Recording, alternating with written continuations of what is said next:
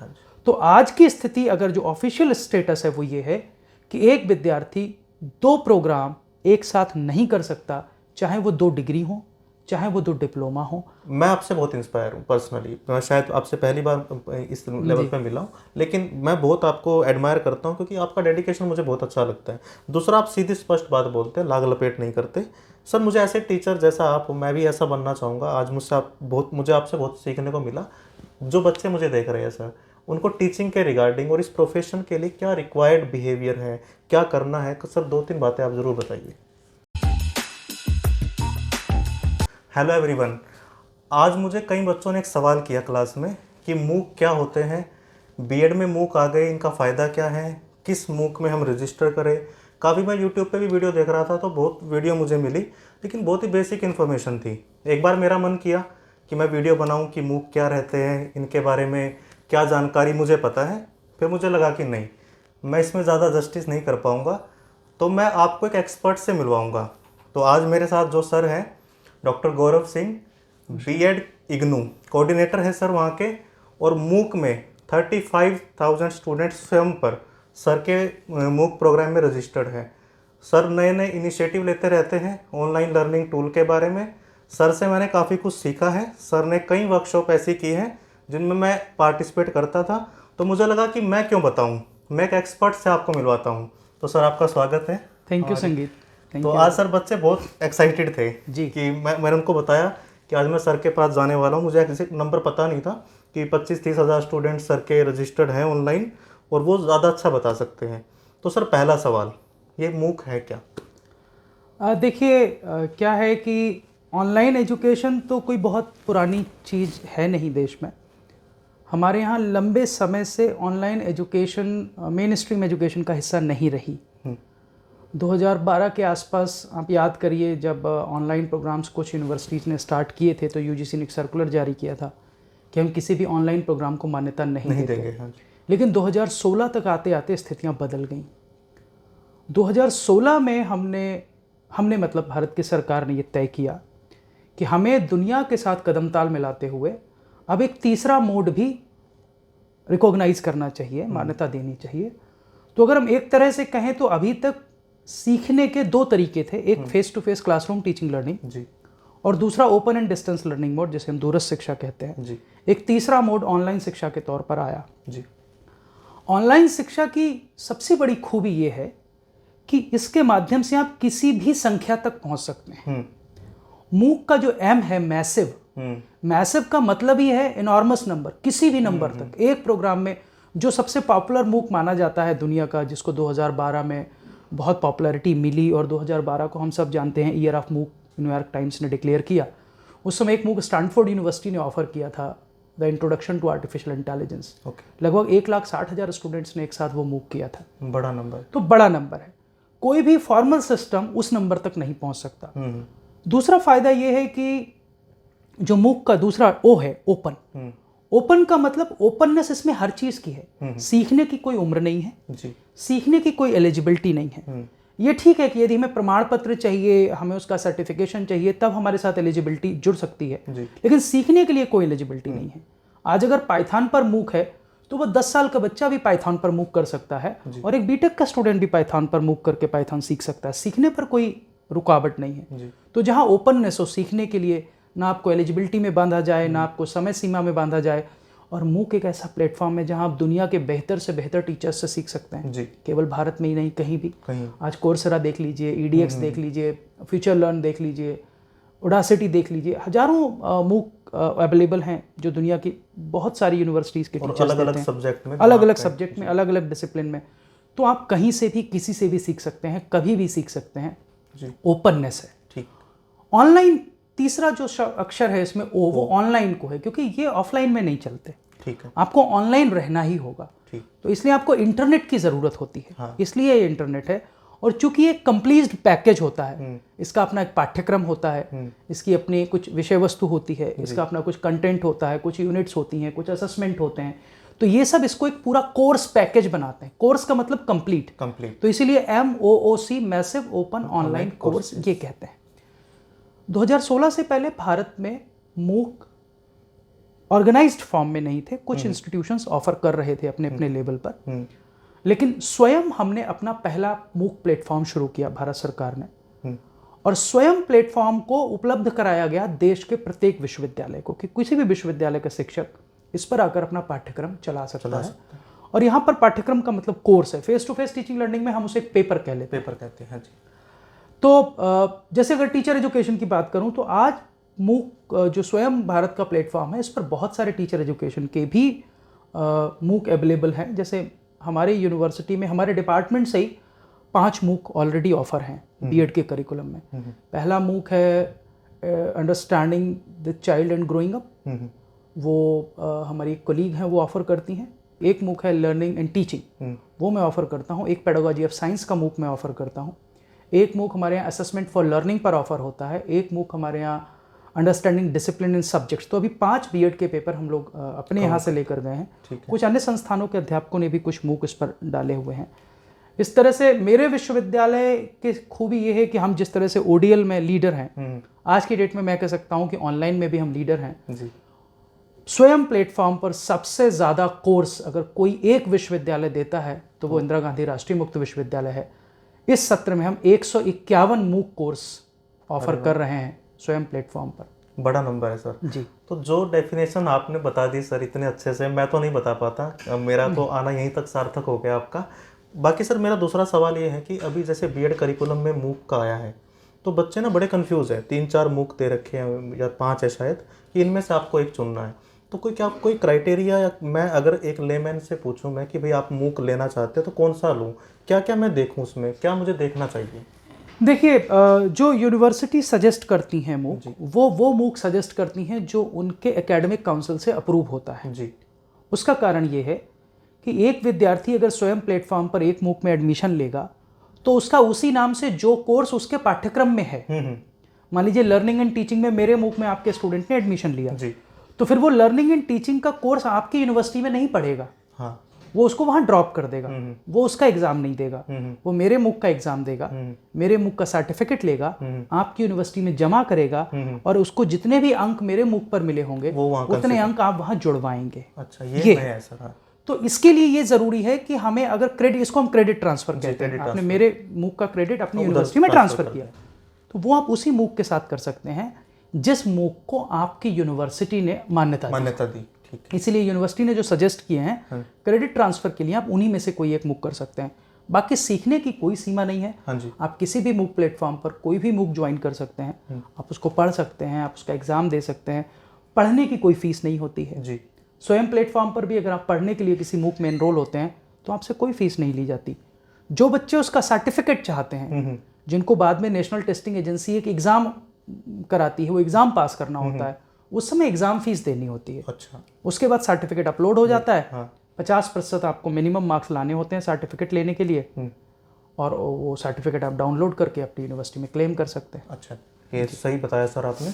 एक बच्चे ने एक बड़ा अच्छा सवाल पूछा, मुझे भी अच्छा लगा कि सर अभी तो जैसे मूक की बात की, थोड़ा सा मैंने बताया था कि ये आप ऑनलाइन है, सब कुछ है, तो क्या हम भी डाल सकते हैं? इसके लिए भी कुछ आपको कुछ रिक्वायरमेंट्स पूरी करनी है, उसके बाद आप डाल सकते हैं? नहीं, देखिए, मूक के बारे में मैं 2 चीज़ें बहुत स्पष्ट तौर पर मानता हूं और कहता हूं।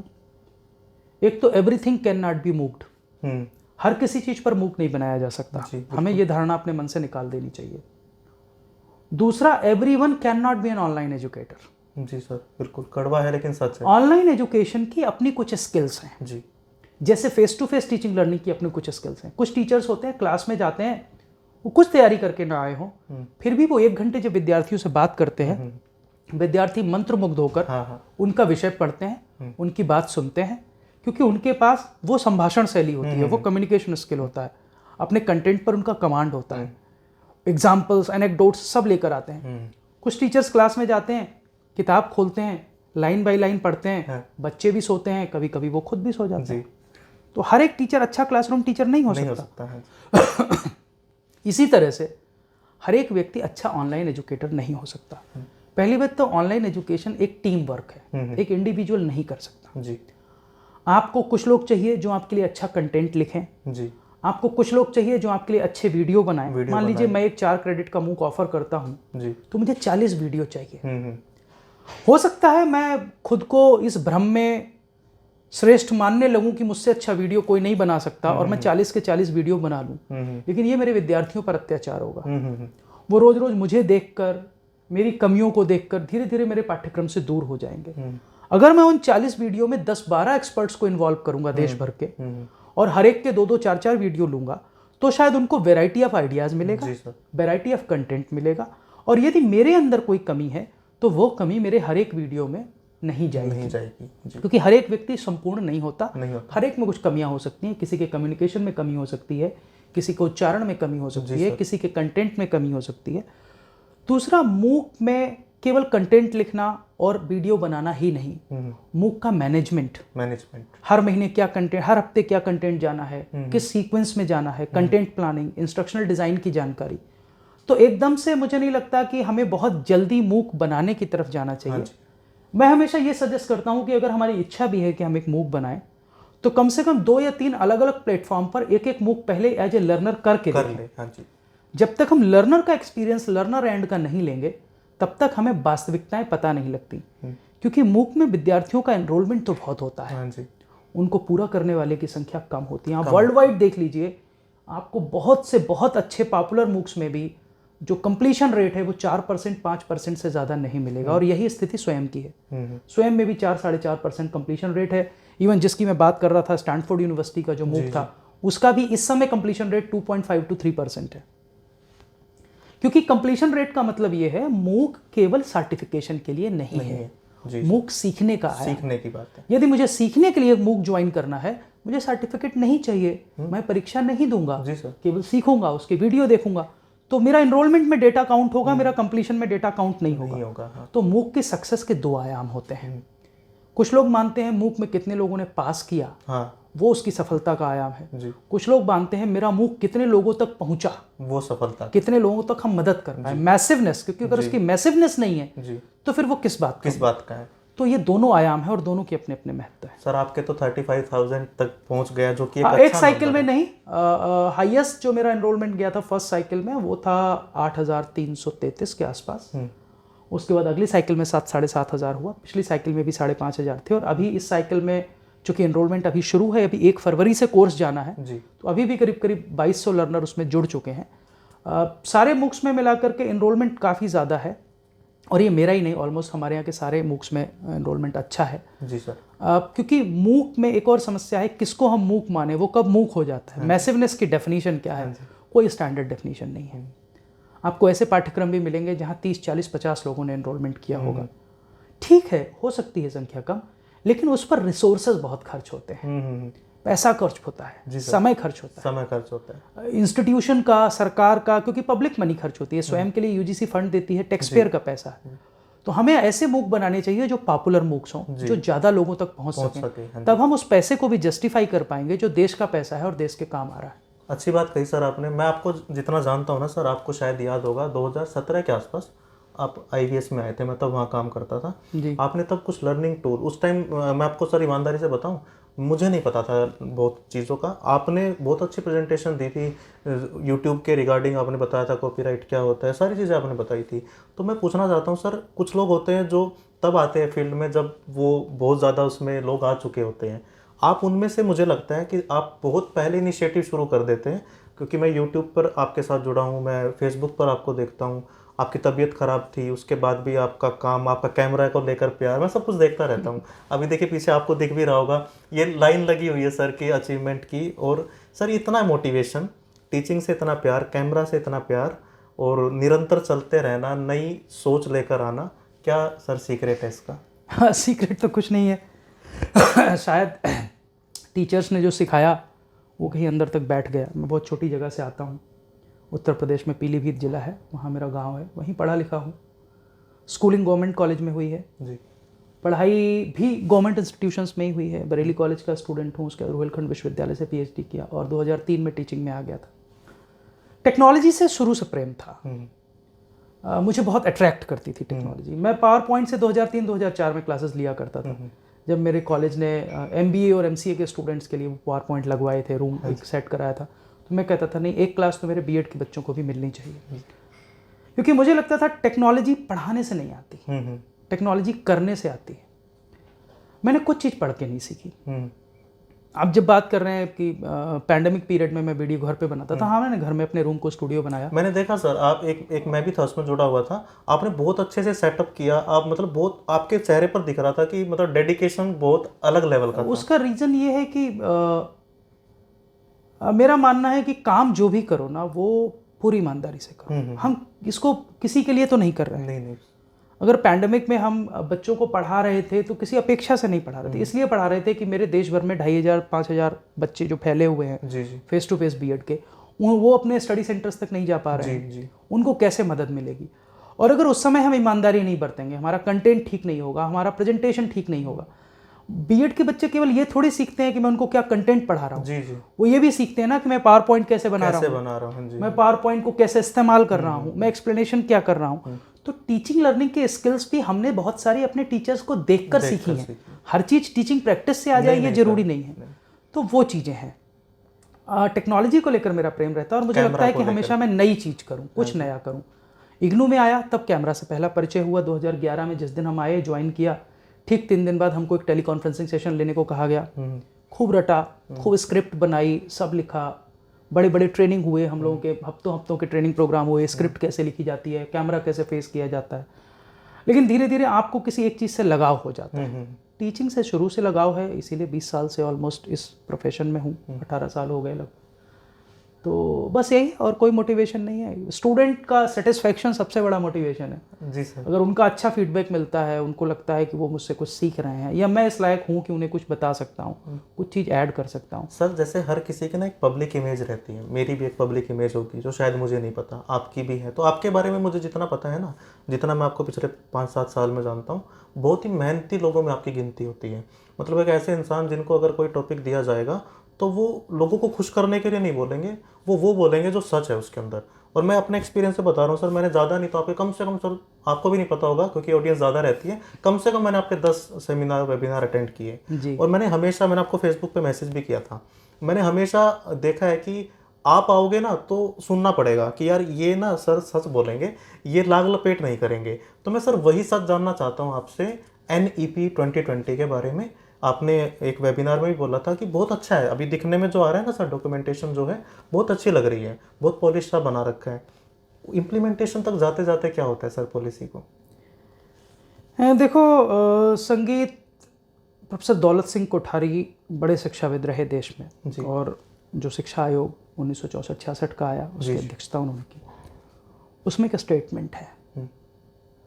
स्टेटमेंट बहुत इंपॉर्टेंट होते हैं, कई बार हमको स्टेटमेंट लेने चाहिए, उनके बहुत मीनिंग होते हैं। उसमें एक स्टेटमेंट है, any policy is as good as it is implemented. जी सर। चाहे शिक्षा की राष्ट्रीय नीति 86 रही हो, चाहे शिक्षा की राष्ट्रीय नीति 68 रही हो, और बहुत सारे विद्यार्थियों को नहीं पता कि भारत में एक और शिक्षा नीति बनाने की कोशिश 1979 में की गई थी, जिसका केवल ड्राफ्ट आया था, फाइनल वर्जन नहीं आया क्योंकि सरकार बदल गई।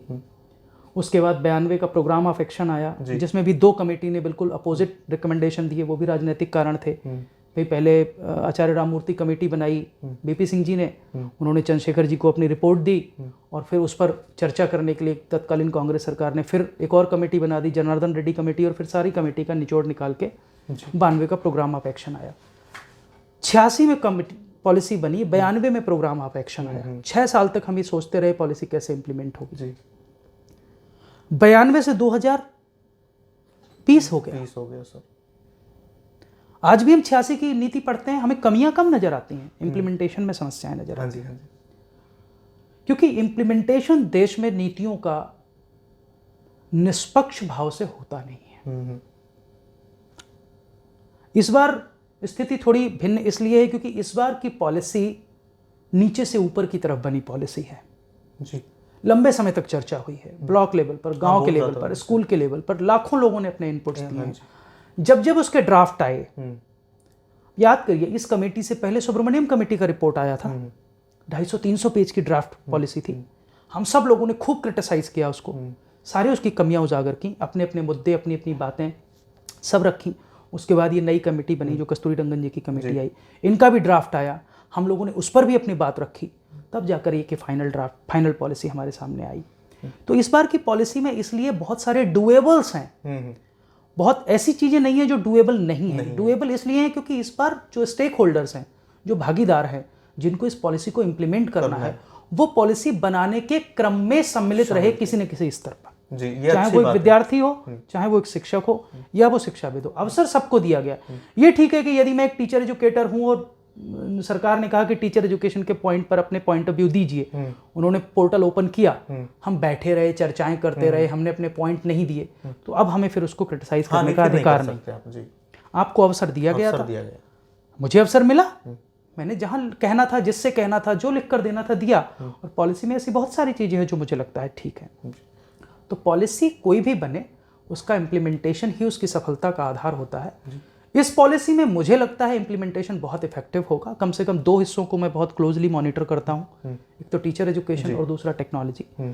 और टीचर एजुकेशन में बड़े आमूलचूल परिवर्तनों की बात है, प्रयास शुरू भी हो गए हैं। अभी 2 डॉक्यूमेंट ऑलरेडी आ गए हैं, नेशनल मेंटरिंग मिशन का डॉक्यूमेंट आ गया है, उसके अलावा आपका जो प्रोफेशनल स्टैंडर्ड्स हैं NPST, उसका भी एक ड्राफ्ट डॉक्यूमेंट NCT लेकर आई है। NCT भी देश भर में चर्चा कर रही है, अलग अलग जगहों पर चर्चा कर रही है। उसके बहुत सारे प्रावधानों से मैं सहमत नहीं हूँ, लेकिन चूंकि चर्चा का वो मुद्दा है तो मैं भी चर्चा कर रहा हूँ, मैं भी अपनी बात रख रहा हूँ। तो जब ये चर्चाएं होती हैं तब फिर जो फाइनल डॉक्यूमेंट निकलता है वो हमेशा अच्छा होता है। और उसमें हम सबका ठीक है, मेरी सारी बातें नहीं होंगी, एक बात मेरी होगी, एक बात संगीत की होगी, एक बात किसी तीसरे की होगी, लेकिन ये है कि उसमें फिर वो डुएबल हो जाते हैं। सर बहुत अच्छी बात आपने बताई। सर एक बीएड के बच्चों की तरफ से सवाल है मेरा। मैं भी इतने दिन से बीएड में पढ़ा रहा हूँ सर, आपका मुझसे डबल एक्सपीरियंस है। सर बीएड में जब बच्चा आता है और जब वो बच्चा निकल कर जाता है, तो ऐसा मुझे पर्सनली लगता है, आप इस बात को ज़्यादा अच्छे से बता पाएंगे, कि बहुत सारी चीज़ें ऐसी है सर जो बच्चे को ना ग्राउंड लेवल पर जाकर बहुत अलग है। जैसे आप है, आपने इनिशिएटिव लिया टेक्नोलॉजी में अपने आप से, आपका मन था, आपने बहुत सारी चीज़ें की। बच्चा जब स्कूल में जाता है ना सर, तो बहुत सारी चीज़ें आज भी मुझे लगता है, अभी नया सिलेबस क्या बनेगा, आउटडेटेड लगती है कुछ चीज़ें। जो आज चल रहा है सर, वो जो बच्चे को हम पढ़ा रहे हैं सर, आपको लगता है कुछ गैप है उसमें अभी भी? देखो, करिकुलम और फील्ड में जो रिक्वायरमेंट है, जो स्किल्स की, उसके बीच गैप हमेशा रहा है। कारण ये है कि चाहे तो हम प्रोफेशनल कोर्सेज का करिकुलम देखें, MBA के करिकुलम बनाने वालों की भी यही चिंता है कि वो MBA में हम जो पढ़ाते हैं वो बिजनेस मैनेजमेंट में होता नहीं है। इंजीनियरिंग के करिकुलम बनाने वालों की वही चिंता है कि इंजीनियरिंग में जो पढ़ाया जाता है, बच्चा जब इंजीनियर बन के जाता है तो कुछ काम में नहीं आता है। कई सारी इन्फोसिस जैसी कंपनियां पहले उनको बेंच पर रखकर 6 महीने ट्रेनिंग देती हैं अपनी कंपनी की रिक्वायरमेंट के हिसाब से, फिर उनको काम देती हैं। राइट, टीचर एजुकेशन में ये बड़ी समस्या रही है। उसका कारण ये है कि भारत में, मैं थोड़ी सी बोल्ड बात कह रहा हूँ लेकिन एज एन एकेडमिशियन मुझे कहना चाहिए, भारत में शिक्षा की भारतीय अवधारणा पर काम नहीं हुआ। जी। भारत के लोगों की शैक्षिक आवश्यकताएं क्या हैं? हाँ जी।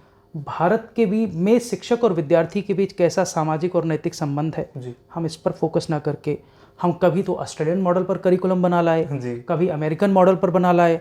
आजकल कुछ लोगों का फिनलैंड से बड़ा प्रेम है तो फिनलैंड के मॉडल पर करिकुलम बनाने की बात करते हैं, उसमें भारतीयता नहीं है। इसीलिए फिर वो जो पढ़ के आते हैं वो तो वेस्टर्न मॉडल का पढ़ के आते हैं, जब इम्प्लीमेंट करते हैं तो भारत के गांव में इम्प्लीमेंट करते हैं। उनको ना तो एक्सपोजर है ना पता है। इसीलिए जब 14 का करिकुलम बन रहा था तब भी ये बहुत चर्चा हुई थी और इसीलिए उस समय क्रिटिसाइज भी हुआ, लेकिन 14 के करिकुलम में 6 महीने की इंटर्नशिप इसीलिए रखी गई कि 6 महीने तक बच्चा उस विद्यालय में जाएगा जिन विद्यालयों में वो पढ़ाएगा। उसमें भी अगर आप देखें आइडिया बहुत अच्छा था कि फर्स्ट ईयर में उनको 1 महीने केवल एक्सपोजर देंगे, कुछ नहीं पढ़ाएंगे, सिस्टम देखेगा बस, कोई लेसन प्लान नहीं बनाएगा। वो डाइवर्स स्कूल्स विजिट करेगा, वो गांव का स्कूल देखेगा, शहर का स्कूल देखेगा, सरकारी स्कूल देखेगा, प्राइवेट स्कूल देखेगा, टीचर्स को पढ़ाना देखेगा, अपने सब्जेक्ट टीचर की डिलीवरी देखेगा, स्कूल के इंफ्रास्ट्रक्चर को देखेगा, बच्चों के साथ बात करेगा, बच्चों की केस स्टडी करेगा। वो क्यों था? क्योंकि बच्चा जब अगली बार सेकेंड इंटर्नशिप में टीचिंग प्रैक्टिस करने आएगा तो उसे पता है मेरे बच्चे कैसे हैं, मुझे किन बच्चों को पढ़ाना है, उसके हिसाब कैसे पढ़ाना है, तब फिर वो अपनी टीचिंग लर्निंग प्लान करेगा। दूसरा बड़ा चेंज ये आया था 2014 के करिकुलम में, जो बहुत सारे लोगों ने फॉलो नहीं किया या यूं कहो कि उसको ठीक से इम्प्लीमेंट नहीं किया, वही इम्प्लीमेंटेशन वाली बात। 14 का टीचर एजुकेशन करिकुलम कंस्ट्रक्टिविज्म पर बेस्ड था, बिहेवियरिज्म पर बेस्ड नहीं था। लेकिन ये आप भी जानते हो कि आज भी देश के अधिकांश टीचर ट्रेनिंग इंस्टीट्यूशंस में ब्लूम का ही मॉडल चल रहा है। जी बिल्कुल। सब लेसन प्लान वैसे ही बनवा रहे हैं जैसे बनवा रहे थे। कोई भी कंस्ट्रक्टिविज्म डिजाइन लेकर नहीं गया। 5E की बात खाली किताबों में होकर रहेगी, बच्चे को बताया नहीं कि 5E का लेसन प्लान कैसे बनेगा, कैसे पढ़ाओगे। 5E का लेसन प्लान बनाना नहीं है, 5E में लेसन प्लान पढ़ाना है, कैसे पढ़ाओगे, नहीं बताया हमने। तो हमने किताबों में तो करिकुलम फ्रेमवर्क में तो चेंज ले आए। करिकुलम फ्रेमवर्क से जब करिकुलम बनता है, करिकुलम से जब सिलेबस बनता है और सिलेबस से जब टेक्स्ट बुक बनती है, इस बीच बहुत सारा डाइल्यूशन हो जाता है। इसलिए कई बार चीजें आइडिया के फेज में अच्छी होती हैं, प्लानिंग के फेज में अच्छी होती हैं, इंप्लीमेंट होते होते, मैं एक उदाहरण देकर बात खत्म करूंगा। एक कोर्स ऑफर किया गया, अंडरस्टैंडिंग डिसिप्लिन एंड सब्जेक्ट्स। जी सर। आश्चर्य की बात है, मैं मध्य प्रदेश में था, एक विश्वविद्यालय का करिकुलम बन रहा था और उस विश्वविद्यालय ने मुझे आमंत्रित किया था टेक्नोलॉजी को लेकर के, क्योंकि उनको करिकुलम ICT वाला पेपर भी डालना था। तो मैं वहाँ डिबेट में था, तो कई विश्वविद्यालयों के करिकुलम वहाँ रखे गए। विश्वविद्यालय का नाम नहीं लूँगा, लेकिन जो अंडरस्टैंडिंग डिसिप्लिन एंड सब्जेक्ट्स है, उसका ऑब्जेक्टिव ये है कि बच्चे कैसे विषयों का निर्माण होता है, कैसे विषय सिद्धांतों से जन्म लेते हैं, कैसे विद्या शाखाएं निर्मित होती हैं, ये पता है। लेकिन उस पाठ्यक्रम में पढ़ाया जा रहा था types of discipline, positive discipline, corporal punishment, classroom discipline. वहाँ डिसिप्लिन का मतलब ही बदल दिया। एक यूनिवर्सिटी ने अंडरस्टैंडिंग डिसिप्लिन एंड सब्जेक्ट्स को ऑप्शनल पेपर बना दिया। अरे वाह। Understanding science discipline, understanding social science discipline, understanding humanities discipline. जिनका साइंस पेडागोजी सब्जेक्ट है वो साइंस डिसिप्लिन का पेपर ले लें। ऐसे ये होता है जब हम करिकुलम फ्रेमवर्क को करिकुलम में ठीक से नहीं करते। जी, सही बात कही सर आपने। सर बीएड के बच्चे, अभी मैंने एक वीडियो डाली थी सर डबल डिग्री साथ में करने के लिए, तो मेरा उस टाइम मन था कि मैं आपके इनपुट उस पर लूँ, बात अपनी हो नहीं पाई उस टाइम पे। बहुत कंफ्यूज रहते हैं सर, बच्चा आ जाता है फर्स्ट ईयर में वो MA डाल देता है इग्नू से, या सेकेंड ईयर में डाल देता है, तो मेरे हिसाब से ये नहीं होना चाहिए। आप बोलेंगे सर बात ज़्यादा असर करेगी, आप कुछ गाइड कीजिए। एक्चुअली क्या है कि इसमें एक ग्रे एरिया है, मैं इसको ग्रे एरिया इसलिए कहूँगा। आज से 4-5 साल पहले ये मुद्दा UGC की एक मीटिंग में उठा था। हाँ जी। और उस मीटिंग के जो मिनट्स आए, उन मिनट्स में ये तय हुआ था कि विद्यार्थियों को एक डिप्लोमा, एक डिग्री या 2 डिग्री साइमल्टेनियस करने की परमिशन दी जा सकती है, लेकिन वो कभी गजट नोटिफिकेशन नहीं बना। तो आज की स्थिति, अगर जो ऑफिशियल स्टेटस है वो ये है कि एक विद्यार्थी 2 प्रोग्राम एक साथ नहीं कर सकता, चाहे वो 2 डिग्री हो, चाहे वो 2 डिप्लोमा हो। हाँ, वो एक 6 महीने या उससे कम का सर्टिफिकेट कर सकता है, वो भी तब जब वो एक फेस टू फेस में करे और दूसरा ODL या ऑनलाइन में करे। लेकिन अगर कोई चाहे कि मैं बीएड के साथ MA ODL में कर लूँ, तो बीएड में IP से कर लूँ और ODL में इग्नू से कर लूँ, MA में इग्नू से कर लूँ, अभी की जो स्थिति है उसमें वो पॉसिबल नहीं है। और कई सारे विद्यार्थी इस वजह से हमारे बीएड में एडमिशन नहीं ले पाते, क्योंकि उन्होंने जब DLED किया होता है तो वो उसके साथ ग्रेजुएशन कर रहे होते हैं, और फिर जो हमारे यहाँ काउंसलिंग में आते हैं तो उनका एडमिशन निरस्त कर दिया जाता है। तो देखिए, ये बिल्कुल सर क्योंकि एक्सपर्ट है उस फील्ड में, जो अब सर ने बताया, आप इस बात को बेहद ध्यान में रखिए कि इतनी जल्दी मत कीजिए कि बीएड है तो साथ में MA कंप्लीट करो। सारा काम एक तरीके से कीजिए। आज तक की डेट में कोई हमारे पास ऑफिशियल नोटिफिकेशन नहीं है, जब आएगा तो सबके पास आएगा ही। सर लास्ट सवाल आपसे, मैं आपसे बहुत इंस्पायर हूँ पर्सनली, मैं शायद आपसे पहली बार इस लेवल पे मिला हूँ, लेकिन मैं बहुत आपको एडमायर करता हूँ क्योंकि आपका डेडिकेशन मुझे बहुत अच्छा लगता है। दूसरा, आप सीधी स्पष्ट बात बोलते हैं, लाग लपेट नहीं करते। सर मुझे ऐसे टीचर जैसा आप, मैं भी ऐसा बनना चाहूँगा। आज मुझे आपसे बहुत सीखने को मिला। जो बच्चे मुझे देख रहे हैं सर, उनको टीचिंग के रिगार्डिंग और इस प्रोफेशन के लिए क्या रिक्वायर्ड बिहेवियर है, क्या करना है, सर 2-3 बातें आप ज़रूर बताइए। मुझे लगता है हर एक व्यक्ति जो टीचिंग प्रोफेशन में आता है उसे 3 चीज़ें जरूर करनी चाहिए। पहला, वो जिस सब्जेक्ट का टीचर है उसकी छोटी से छोटी बातों से पता होनी चाहिए। बीएड में स्टूडेंट आते हैं, मैं उनसे पूछता था तुम्हारा क्या पेडागोजी सब्जेक्ट है, कहते थे जी पेडागोजी ऑफ साइंस हम पढ़ाएंगे, फिजिक्स केमिस्ट्री BSc MSc करके आते थे। मैं उनके हाथ में एक पिपेट देता था और उनसे पूछता था पिपेट पकड़ के बताओ कैसे पकड़ा जाता है। उनको यही नहीं पता होता था कहाँ उंगली इस्तेमाल होनी है, कहाँ अंगूठा इस्तेमाल होनी है। उसमें पूछता था अगर इस पिपेट में आखिरी ड्रॉप रह जाएगी केमिकल की, उसको निकालने का सही तरीका क्या है। आधे से ज़्यादा बच्चे फूंक मार के निकाल देते थे। बेसिक स्किल्स की कमी है, उनको नहीं पता केमिकल बैलेंस में जो अल्पतम अंक होता है वो 0.0002 क्यों होता है, 0.003 या 0.001 क्यों नहीं होता, ऑड नंबर में क्यों नहीं होता, इवन नंबर में क्यों होता है मिनिमम वेट। तो ये जो बेसिक चीज़ें हैं, आपको जब तक अपने सब्जेक्ट से प्यार नहीं है, बेसिक सब्जेक्ट से, तो आपको अपने बेसिक सब्जेक्ट से प्यार होना चाहिए, नंबर 1। दूसरी चीज ये कि आप ये मानिए कि जो किताब है वो बच्चों के लिए है, आपके लिए नहीं है। बड़ी वो बात टेक्स्ट बुक है। टेक्स्ट बुक में जो लिखा गया है वो बच्चे को ध्यान में रखकर लिखा गया है। वो ये ध्यान में रखकर नहीं गया कि आप उसका इमला बोल देंगे या आप उसे पढ़ा देंगे। आप उसी कंटेंट को रिपीट कर देते हैं। आपका पेडागॉजिकल कंटेंट कहाँ है? न्यूटन का नियम रहेगा। किताब में न्यूटन का नियम और उसका उदाहरण दिया होगा, वो तो बच्चे भी पढ़ लेंगे। अगर उन्होंने जो उदाहरण दिया है वही उदाहरण मैंने भी करके दिखा दिया, तो फिर मेरे में और उस किताब में अंतर क्या रहा? क्या मैं उस विषय को बच्चे के जीवन से जुड़े किसी आयाम से, किसी उदाहरण से जोड़ सकता हूँ? तो इसमें पेडागॉजी, हर एक सब्जेक्ट की पेडागॉजी समझनी चाहिए। हर सब्जेक्ट को एक ही तरह से नहीं पढ़ाया जा सकता। साइंस की पेडागॉजी अलग है, गणित की पेडागॉजी अलग है, सोशल साइंस की पेडागॉजी। मेरे सब्जेक्ट को बेस्ट किस तरीके से पढ़ाया जा सकता है, दूसरी चीज। और तीसरा, जब आप क्लास में हो तो ब्लफ नहीं करें। 40 मिनट की क्लास, 30 मिनट की क्लास, तो 30 मिनट में मैं बच्चे को इतना पढ़ा दूंगा, बच्चे इतना पढ़ लेंगे। इसलिए क्लास में नहीं जाएं कि टाइम टेबल में 40 मिनट की क्लास लगी है तो मैं 40 मिनट बस क्लास में काट कर चला हूं। अपना बचपन याद करिए। अब खैर मैं 40 साल से ज़्यादा तो मेरी उम्र हो गई, इसमें से 17-18 साल मैं सिस्टम में हूँ। अगर मैं अपने टीचर से याद करूँ, या आप भी बचपन से अपने टीचर से याद करिए, आपको कौन सा टीचर याद है? सारे टीचर्स आपको याद नहीं होते। जी सर, बिल्कुल। जिस टीचर ने या तो आपके लाइफ को इम्पेक्ट किया है, या जिस टीचर के पढ़ाने का तरीका आपको सबसे अधिक पसंद आया, आपको जीवन में वही याद रह जाता है। आप भी ऐसे ही टीचर बनिए बस। सर ने बड़ी अच्छी बात कही। वैसे तो देखो, मेरा मन नहीं है कि मैं ये बात ख़त्म करूं। इंटरव्यू का एक फॉर्मेट होता है, सर के भी बहुत सारे असाइनमेंट होंगे इस टाइम पे, तो बस मैं क्या बताऊं आपको। सर से आज मुझे इतना सीखने को मिला। अभी मैं सर से बहुत छोटा हूं, उम्र के हिसाब से भी, अनुभव के हिसाब से भी और ज्ञान के हिसाब से भी। तो मैं कोशिश करूंगा सर, जो आपने बात बोली है पहले मैं इंप्लीमेंट करूं, क्योंकि देखने वाला मेरा भी विद्यार्थी है। तो वो बातें जितनी उनके लिए एप्लीकेबल है वो मेरे लिए भी है, क्योंकि आपके लिए तो मैं एक शिष्य हूं, आपका स्टूडेंट हूँ, छोटा भाई हूँ आपका। तो मैं पहले एप्लीकेबल आपकी बात अपनी लाइफ में करूँगा। और आप सबको ही बोलता हूँ कि अनुभव से जो चीज़ें निकल कर आती है ना, उनका कोई मोल नहीं होता। सर ने आज दिल खोल के हमारे साथ बात की है, मूक के बारे में बताया, NEP के बारे में बताया, जीवन के बारे में बताया, कैसे अच्छे टीचर बने उसके बारे में बताया। तो सर बहुत धन्यवाद आपका, आपने अपना कीमती समय मुझे दिया। मैं दोबारा फिर आपके पास आऊँगा, अभी बहुत कुछ पूछना है, बहुत कुछ सीखना है। तो थैंक यू सर जी। Thank you. आप भी इस इंटरव्यू को ना सिर्फ देखिए बल्कि ये सारी बातें अपने जीवन में अप्लाई ज़रूर कीजिए। Thank you very much. Thank you.